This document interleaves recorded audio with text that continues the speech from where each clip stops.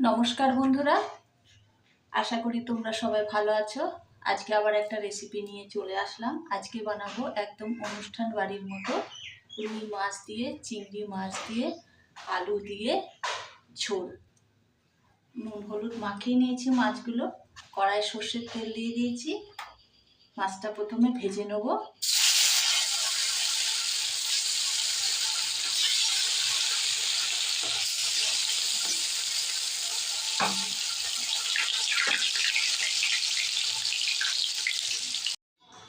মাছ আলুগুলো লাল করে ভেজে নিয়েছি।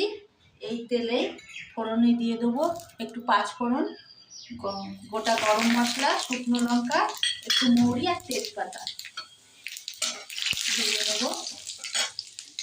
ছোটো সাইজের একটা পেঁয়াজ কুচি করে রেখে দিয়ে দেবো। পেঁয়াজটা একটু লাল করে ভেজে নেবো। পেঁয়াজটা লাল করে ভেজে নিয়েছি। হাফ চামচ মতো রসুন বাটা দিয়ে দেবো। ভেজে নেবো রসুনটা।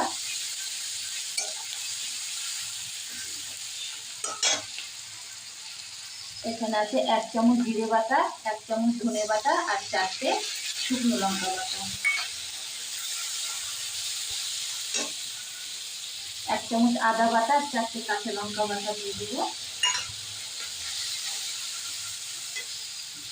পরিমাণ মতো নুন আর হলুদ।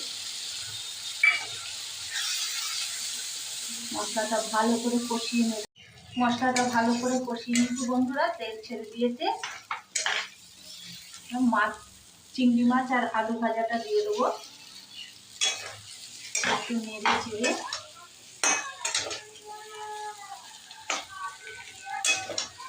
জল দিয়ে দেবো।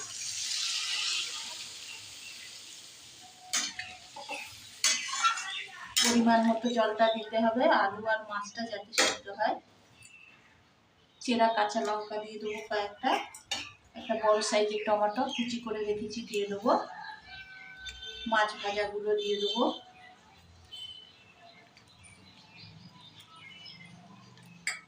পাঁচ ছ মিনিট সেই মাছে ঢেকে রেখে দেবো। এবার দেখি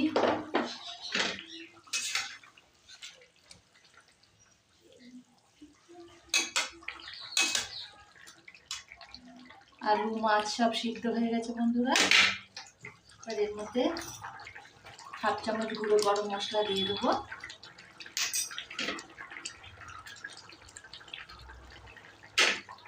নামিয়ে নেবো। অনুষ্ঠান বাড়ির মতো রুই মাছের ঝোল রেডি বন্ধুরা।